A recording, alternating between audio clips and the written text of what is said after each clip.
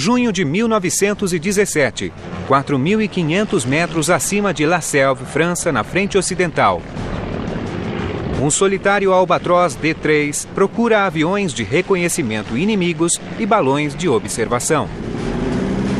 Um vento gelado de 160 km por hora castiga a pele exposta enquanto o piloto vasculha os céus.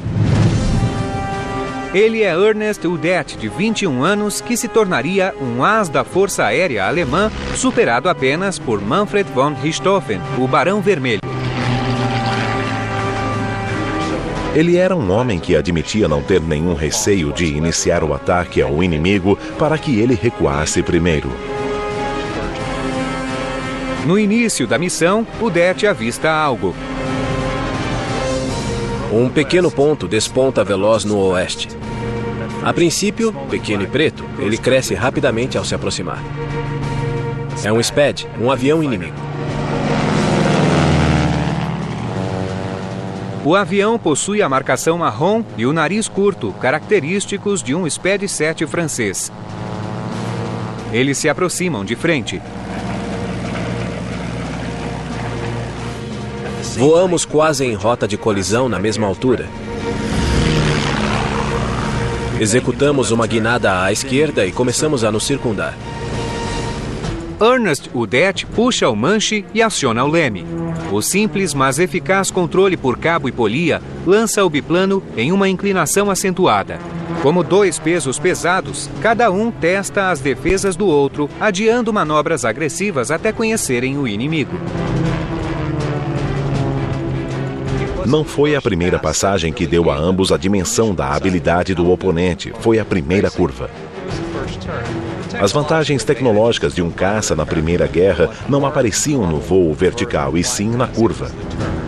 Qual a velocidade da curva, quanto tempo demorou para se reposicionar, que altitude ele atingiu na curva sem estolar.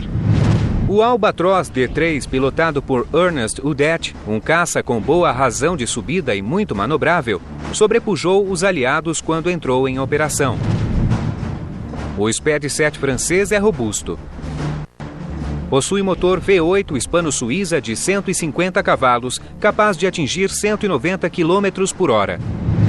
O Spad é 15 km por hora mais rápido que o Albatros e mergulha melhor, mas o D-3 é mais manobrável e tem melhor razão de subida. Ernest Udet gira o manche à esquerda. O vento e o barulho do motor Mercedes são ensurdecedores. Ele se aproxima do piloto francês. Ele passou tão perto que a turbulência de sua hélice balançou meu avião. Eu consigo ver. Vier. Está escrito Vier, o velho. A assinatura de Guynemer. Georges Guynemer é o as dos ases francês. Ele já havia abatido 30 aviões alemães. Inclusive o de Puls Heinrich, um amigo íntimo de Udet. Tomado pela raiva, Udet deseja vingar a morte de Heinrich.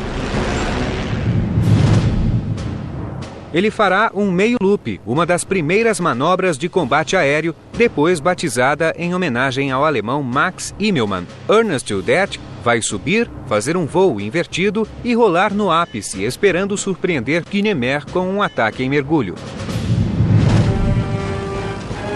Ele levanta o nariz e tenta manter Guynemer em seu campo de visão. Para seu espanto, o as francês prevê com detalhes sua manobra e dispara contra o avião de Udet.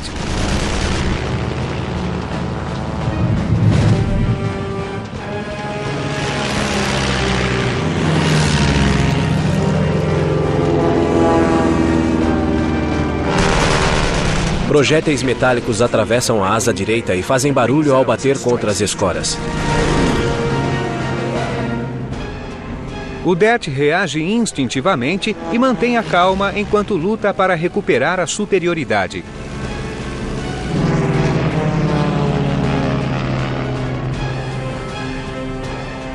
Dirija seu carro a 100 km por hora. Coloque a cabeça para fora.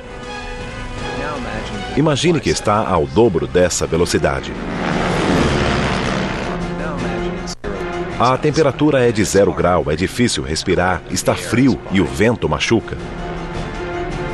Some o fato de que está sentado sobre um tanque com 75 litros de combustível. Isso era a cabine de um caça da Primeira Guerra. O Det rola e fica invertido. O pequeno raio de curva do 3D joga a seu favor. Ele deixa Guynemer na sua frente durante um breve momento. Ele devia estar com as presas para fora, sangue na boca, pronto para matar. Eu aperto o botão no manche e a metralhadora permanece em silêncio, parada. Sua metralhadora dupla Spandau de 7,92 milímetros está emperrada. Era um problema comum nas primeiras batalhas aéreas. A arma emperrada é um grande problema. Não podem usar outra e viram um alvo fácil. O Det golpeia a arma freneticamente, tentando desemperrá-la, mas é inútil.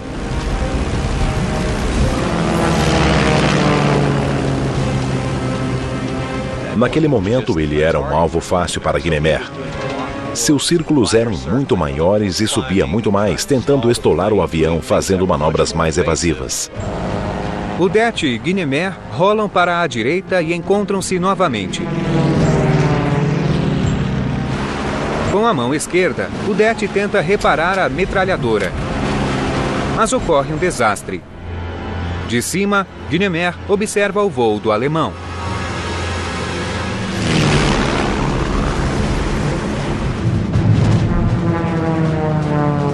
Agora ele sabe o que está acontecendo. Sabe que eu estou indefeso.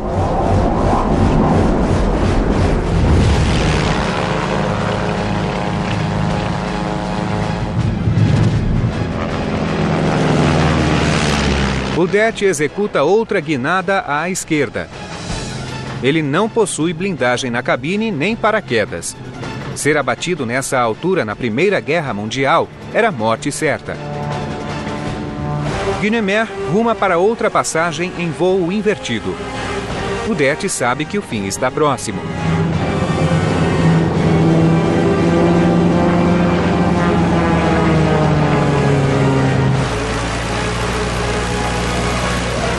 Ele olha para mim quase de cabeça para baixo. E então acontece. Ele levanta a mão e acena levemente e mergulha para o oeste na direção de suas linhas.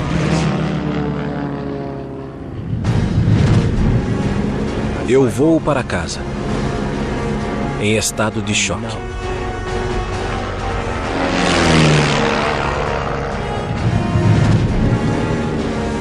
Espantosamente, Georges Guynemer poupa Ernest Udet.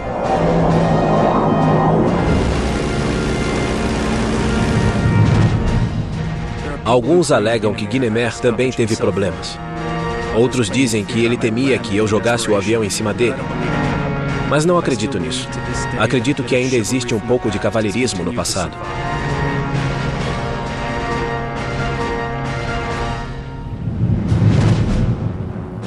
Pilotos como Ernest Udet e Georges Guynemer se aproveitaram tremendamente dos avanços tecnológicos que ocorreram durante os 3 anos desde o início da guerra.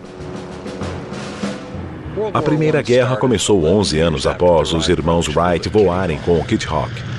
Quando a guerra teve início, os aviões eram pouco mais que pipas grandiosas, impulsionados por motores que hoje nem as motos usariam. O combate aéreo começou com aviões de observação enviados ao espaço aéreo inimigo para localizar artilharia e tropas. Aviões pequenos, conhecidos como batedores, eram designados para atacar os aviões de reconhecimento. As metralhadoras de disparo frontal, adicionadas aos batedores em 1915, eram cruciais para essa missão. Pela primeira vez, podia-se usar o avião como uma plataforma. Você apontava seu avião para o alvo e disparava.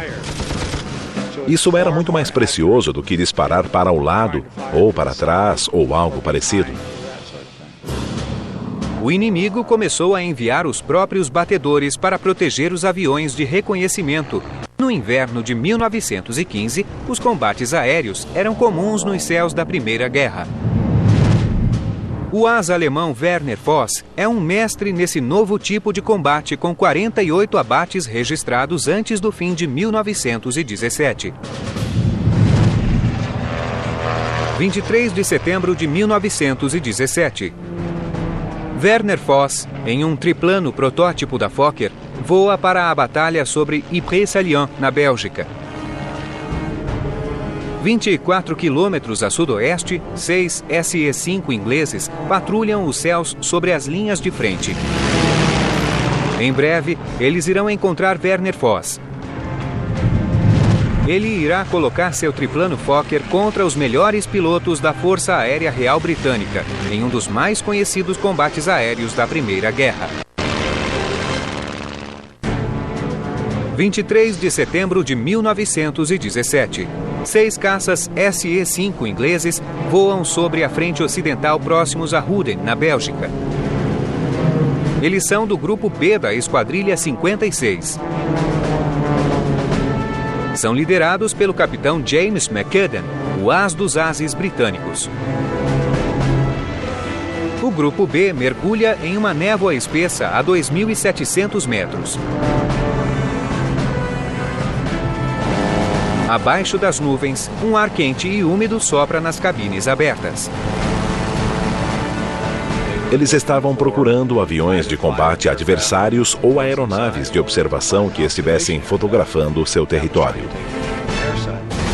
Fogo antiaéreo explode em volta do grupo.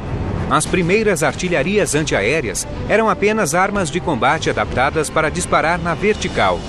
McCudden avista um DFW alemão, um avião de reconhecimento de 2 lugares.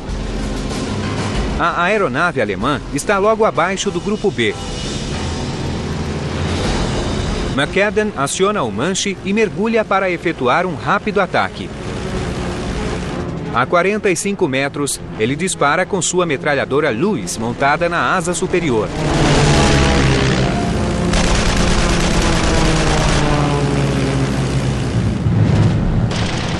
O motor do DFW é atingido e ele despenca dos céus.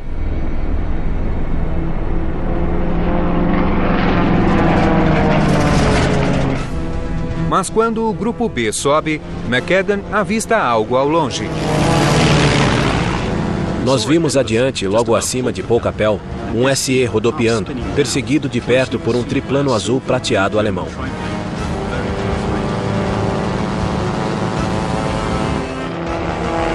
O perseguidor do SE-5 é o asa alemão Werner Voss.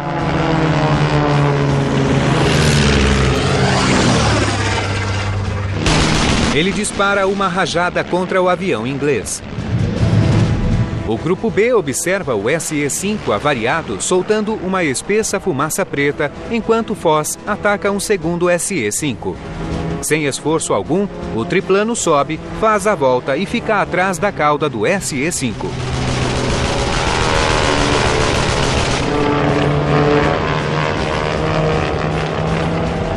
Observado de cima pela Esquadrilha 56, o triplano abate rapidamente 2 SE-5.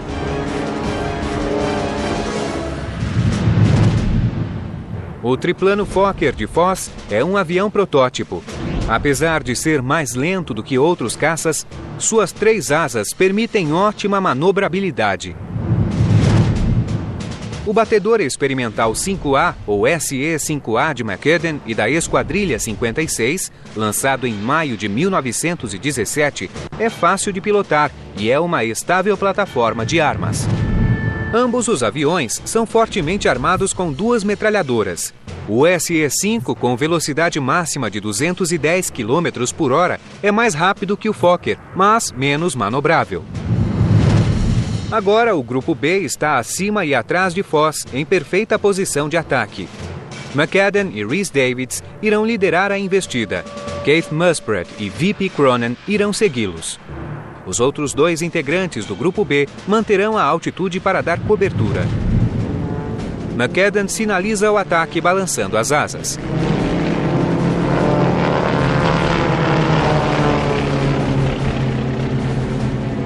Naquele ponto teve início um dos mais épicos combates da Primeira Guerra Mundial. Mergulhamos em altíssima velocidade. Fui para a direita, Rhys Davids para a esquerda e ficamos atrás do triplano alemão.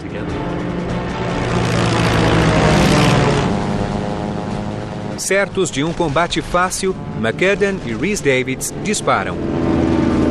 Mas Foss está longe de ser um alvo fácil. Ele aprendeu a executar a Dicta-Boke, a primeira tática de combate aéreo codificada, criada em 1916 pelo asa alemão Oswald Boke. A regra 5 diz que você deve sempre engajar-se no ataque inimigo, colocando-se na defensiva. Foss irá acionar o leme para a direita e fazer um giro de 180 graus. Essa estranha manobra é favorecida pela enorme agilidade do triplano. O piloto alemão nos avistou e fez uma curva extremamente rápida, sem subir nem fazer uma curva Immelmann, mas um meio giro horizontal.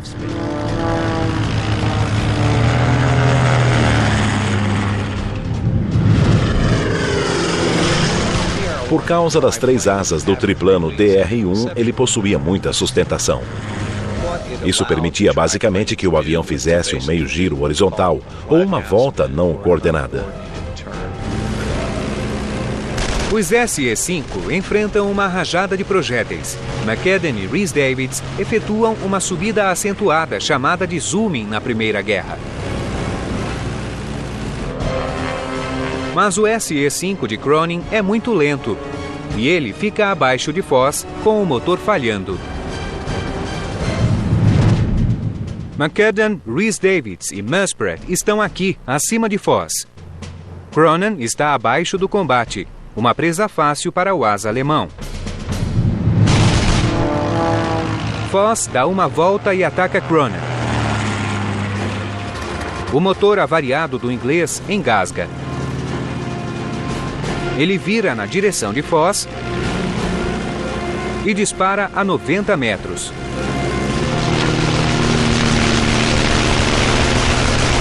Foss interrompe o ataque, mas não vai fugir, mesmo lutando contra 4 aviões. Naquele momento da batalha, Cronin estava agindo como um toureiro. Ele decide permanecer no combate, ficando na frente de Voss, agindo como isca. Cronin é jogado de um lado a outro dentro da cabine. Não sei quantas vezes fiquei de frente para ele e depois mergulhei enquanto ele se lançava na minha direção.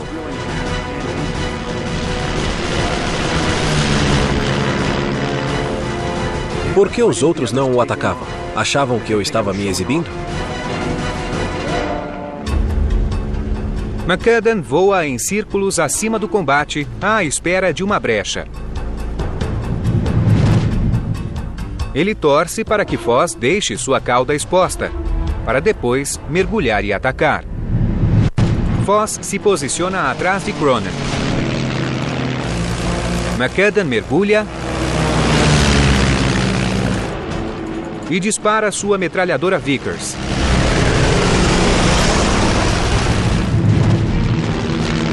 Mas, de repente, Foss gira e revida, disparando sua Spandaus dupla. McCudden desvia e sobe rapidamente.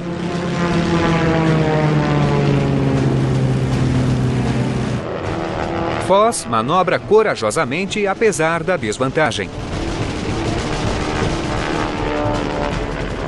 Em um combate múltiplo de 1 contra 4, o melhor lugar para estar é no meio de todos, porque eles estão voando em círculos, mas precisam ter cuidado para não acertar os parceiros, nem colidir.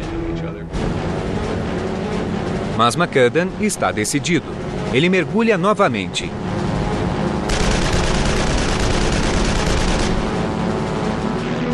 Tão logo McCudden começa a disparar, Foss puxa o manche e sobe. Os projéteis do alemão atravessam o SE-5 de McCudden, atingindo o tecido e as longarinas de madeira. Foss parece ser imbatível a bordo de seu triplano. Os aviões daquele tempo eram criaturas dos céus. Você sentia cada comando que dava aos controles. Havia cabos conectados aos ailerons, leme e profundores. Não era como os atuais jatos controlados por computador, onde você move o manche 3 milímetros e, de repente, faz uma manobra com precisão.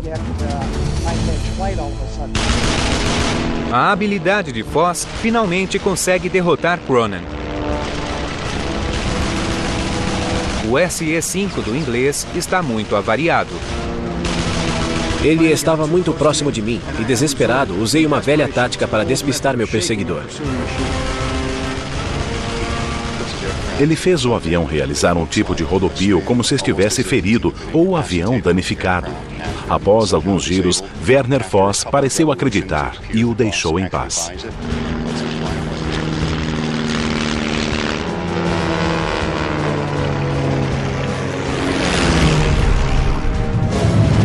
Foss alijou 3 SE-5 do combate e alvejou o único piloto inglês que se aproximou dele. Mas agora, mais 3 SE-5 da Esquadrilha 56 juntam-se à disputa. Um impressionante grupo de pilotos cerca Werner Foss, todos ases britânicos. O leve e ágil triplano poderia facilmente subir e fugir da batalha, mas Foss aprecia as emoções de um combate. O destino do alemão será a glória ou a morte. –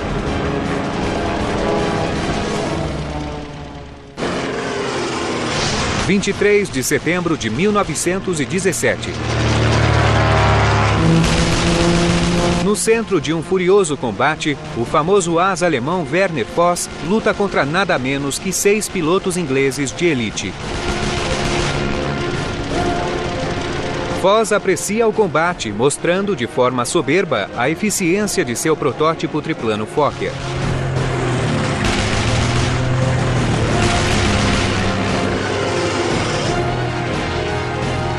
Ele era habilidoso com o manche, com o acelerador e tinha disciplina. Ele não ficava calmo, mas mantinha o bom senso nessas situações muito tensas. Seaboss hoje seria um dos melhores. O piloto inglês Richard Mayberry aproxima-se de Foss. Ele mergulha em direção à cauda. Foss gira à direita para despistá-lo, mas Mayberry não se abala. Naquele momento, tudo ficou complicado e muito confuso. Um albatroz juntou-se à batalha, o que ajudou Voss, pelo menos numericamente. Um Albatroz D3 alemão chega por acaso à batalha e se posiciona atrás de Mayberry. Mayberry sobe rapidamente para despistá-lo. O piloto alemão não desiste. Para piorar a situação, Foss faz a mesma coisa. Próximos dali, James McAdam e Arthur Rhys-Davids aproximam-se dos alemães pela retaguarda.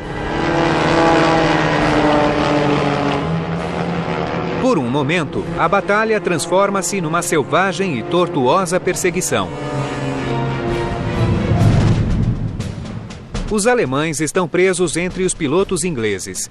O Albatroz sobe velozmente e depois mergulha atrás de McAdam e Rhys-Davids. O alemão puxa o manche para trás, faz um loop e fica diretamente atrás dos ingleses. Infelizmente para Rhys-Davids, o Albatroz descarregou a arma sobre seu avião. Mas Rhys-Davids continua na batalha, ainda perseguido pelo Albatroz. Na frente da perseguição, Richard Mayberry irá subir e fazer um loop para se colocar atrás do Albatroz.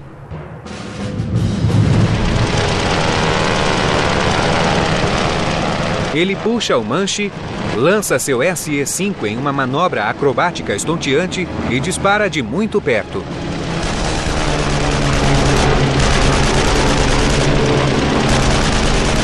O Albatroz avariado despenca. Foss está sozinho novamente. Ele sobe distanciando-se dos SE-5 mais lentos na subida.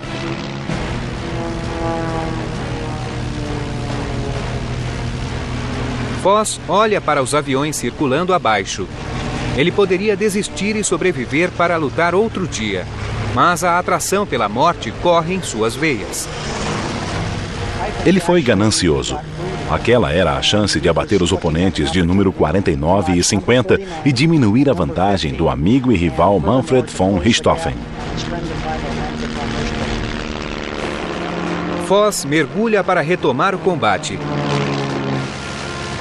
Ele dispara suas metralhadoras Spandau contra o SE-5 mais próximo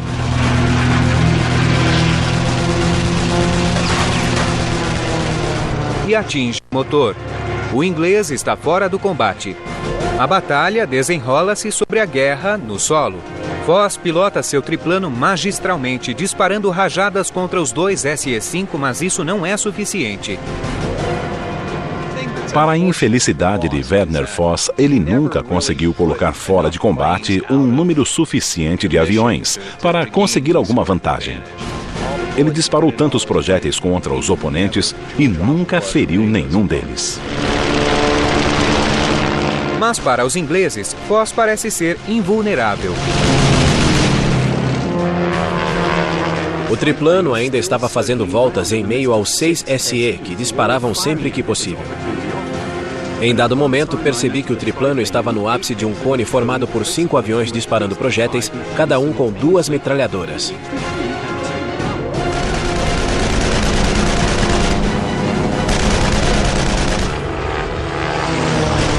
Os ingleses estão pasmos com a habilidade e a tenacidade do piloto alemão no triplano Fokker.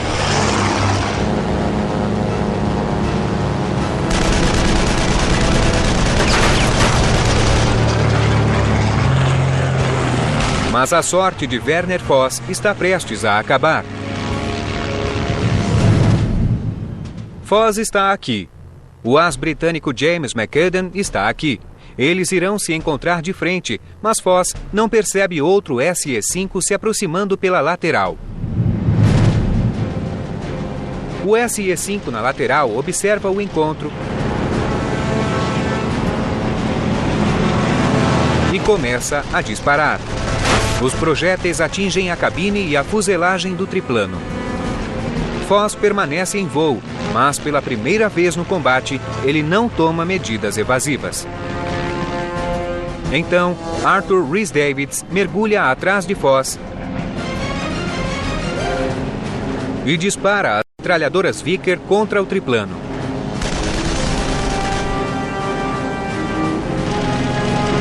Foss pouco faz para evitar o arco mortal de projéteis. Como ele estava nivelado e a agressividade de suas manobras diminuiu, ele foi ferido. Provavelmente estava com dificuldade para manter a consciência. Rhys-Davids dispara outra rajada contra o triplano e depois sobe.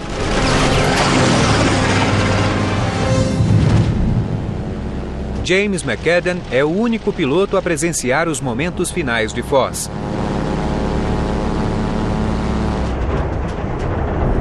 Quando eu o vi, sua altitude era muito baixa. Eu o vi entrando em um mergulho pronunciado e continuei a observar. Então, o triplano atingiu o chão e partiu-se em milhares de pedaços. Ele literalmente transformou-se em pó. Depois de travar 10 minutos de um combate violento, Werner Foss morre aos 20 anos. O as alemão alvejou todos os aviões que o atacaram, mas surpreendentemente todos voltaram à base.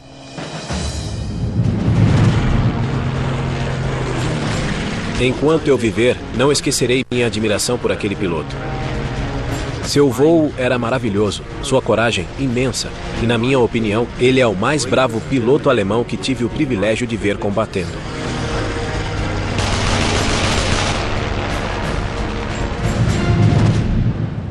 Pilotos e aviões alemães sempre estiveram na vanguarda tática e tecnológica. Eles foram adversários formidáveis para os americanos que voaram na França em 1918. O serviço aéreo do exército americano foi equipado e treinado pelos franceses. Apesar de alguns pilotos terem voado na Esquadrilha Lafayette no começo da guerra, a maioria não tinha experiência em batalha. Os primeiros combatentes americanos serão testados como nunca antes. 14 de setembro de 1918, Marlatou, França. O piloto americano Arthur Raymond Brooks, em uma formação com 6 SPAD 8, patrulha a frente ocidental. Logo, eles avistam 3 formações de Fokker D-7 alemães no horizonte. Os americanos voam em sua direção. Instintivamente, Brooks olha para trás e avista uma formação com 12 Fokker.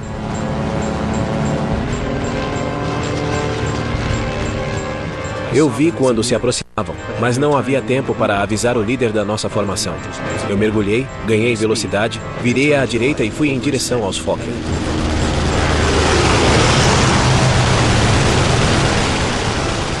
A manobra abrupta de Brooks o separa da formação. 4 aviões alemães seguem em frente para atacar outros SPAD. Mas 8 ficam para combater o solitário americano. Nos céus, explode uma batalha feroz e mortal. 14 de setembro de 1918. O piloto americano Arthur Raymond Brooks voa direto para uma batalha crucial.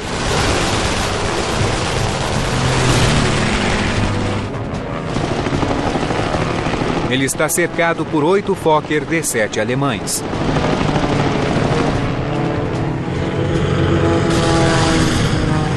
Eu estava com medo. Apesar da tensão e dos gritos que eu dava, eu pensei, por causa do meu treinamento talvez, que eu abateria quantos Fokker pudesse antes do inevitável.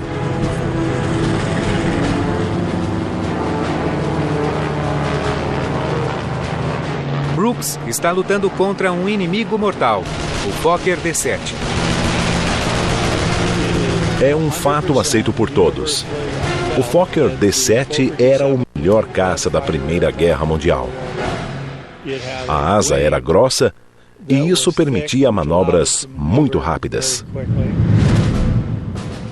O SPAD 13 de Brooks, com um motor hispano-suíça 8BC de 220 cavalos e velocidade máxima de 222 km por hora, era robusto, mas tinha inúmeros problemas de motor. Os 2 aviões estão armados com 2 metralhadoras de disparo frontal. O SPAD é mais rápido e melhor em mergulhos, mas o Fokker D-7 é mais ágil em combate com curvas.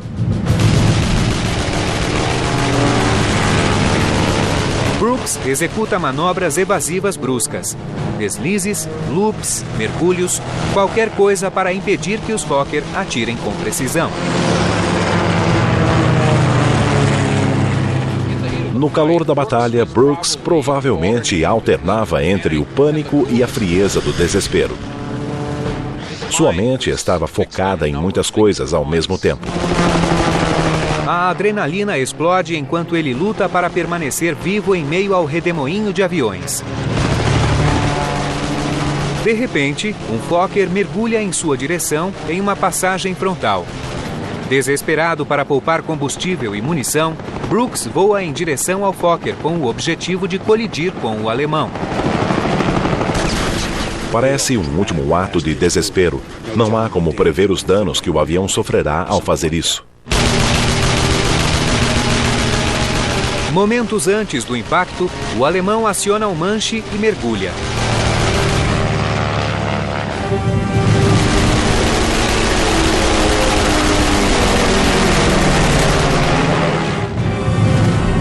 Brooks faz a volta. Para sobreviver, ele precisa se movimentar. Outro Fokker se aproxima de frente.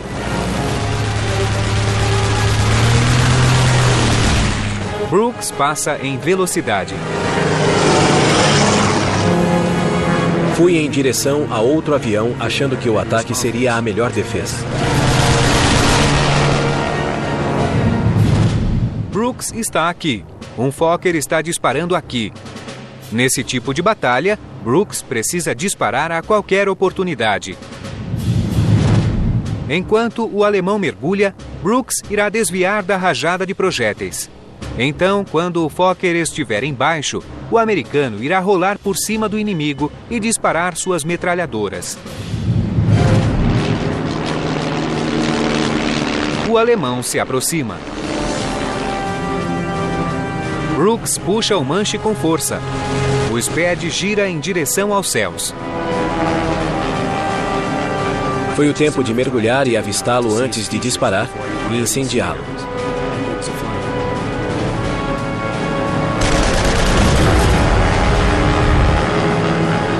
Ele só manobrou sem perder velocidade nem alinhar a fuselagem e disparou a arma. É uma manobra brilhante. As Vickers de calibre 3.03 abatem o Fokker rapidamente.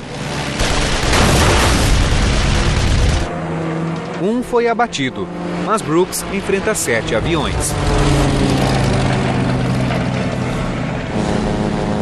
O americano avista um Fokker à direita iniciando uma passagem. Com sua visão periférica, percebe-se isso em 1 milésimo. Ele viu a geometria perfeita para disparar. Brooks gira para a direita e atinge o Fokker com suas metralhadoras.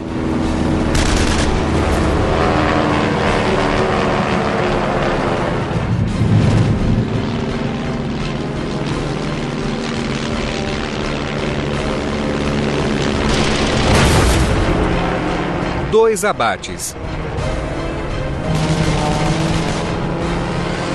Mas derrubar a aeronave alemã pode ser uma desvantagem para Brooks. Estar cercado era o que me havia salvo até então. Os alemães não podiam disparar contra mim sem que um deles também estivesse na linha de tiro na maioria das vezes.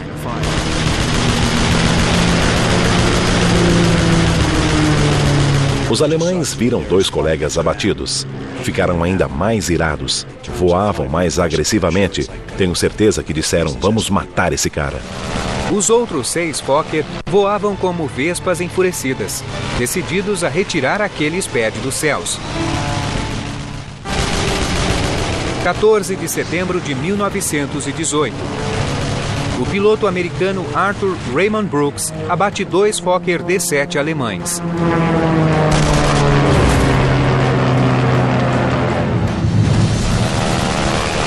Mas outros 6 aviões se aproximam. Brooks precisa ser agressivo e mover-se constantemente para não ser um alvo estático por muito tempo. Uma das coisas a fazer quando em desvantagem numérica é trocar a perseguição de um avião para outro. Os projéteis passavam com frequência entre as 2 asas. Passavam tão perto que, se levantasse a mão, ela seria arrancada pelas rajadas.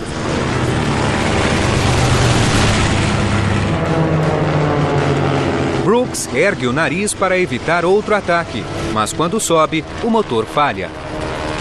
A hélice gira vagarosamente. Acaba o combustível do tanque principal. Ele aciona os tanques auxiliares localizados no centro da asa superior.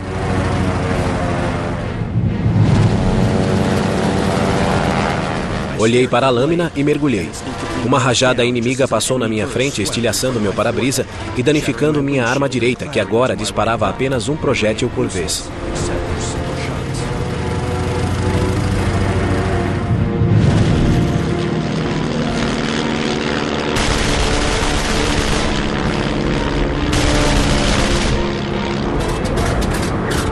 Ele estava no auge da tensão, ansiedade e medo.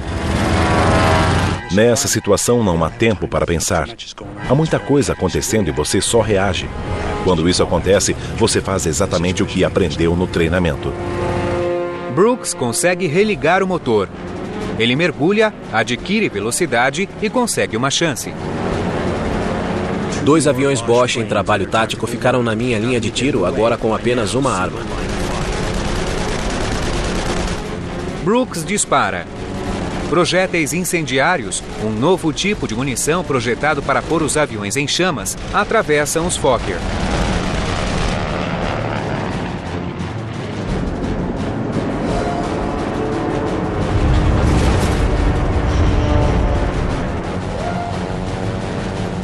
Eu atraía mais atenção do que desejava. O perigo era maior do que contra um enxame inteiro. Havia menor probabilidade de os alemães ficarem na própria linha de tiro.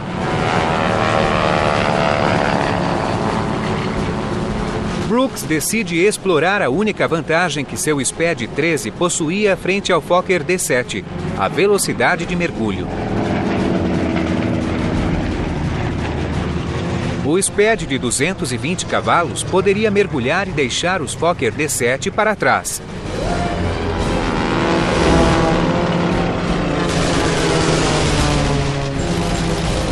Brooks balança e serpenteia, enquanto os alemães disparam contra ele. Ele sabia que seria atingido pela retaguarda se voasse nivelado e em linha reta. Então ele começou a balançar o avião de forma imprevisível para evitar as balas. Finalmente, os alemães se afastam.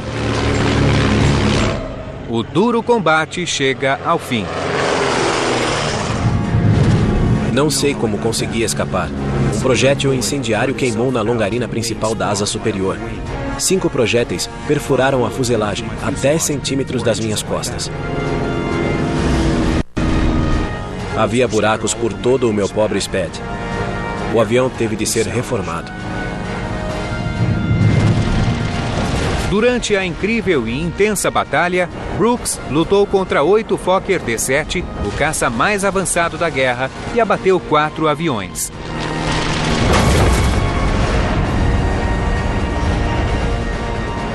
É um feito extraordinário, mas, de acordo com as regras da época, apenas 2 abates foram creditados a Brooks.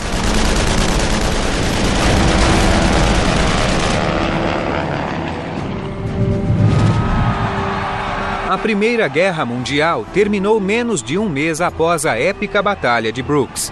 Os 4 anos de guerra trouxeram avanços espantosos para a aviação. A grosso modo, estima-se que durante aqueles 4 anos, o avanço dos conhecimentos técnico, operacional e de engenharia foram equivalentes a 15 ou 20 anos de desenvolvimento em tempos de paz. Ao fim da guerra, existiam aviões com motores de mais de 200 cavalos. Havia armações de alumínio nos aviões e antes tudo era de madeira. Havia motores turbinados e pilotos usando paraquedas. É inegável, a guerra acelera o desenvolvimento tecnológico por necessidade.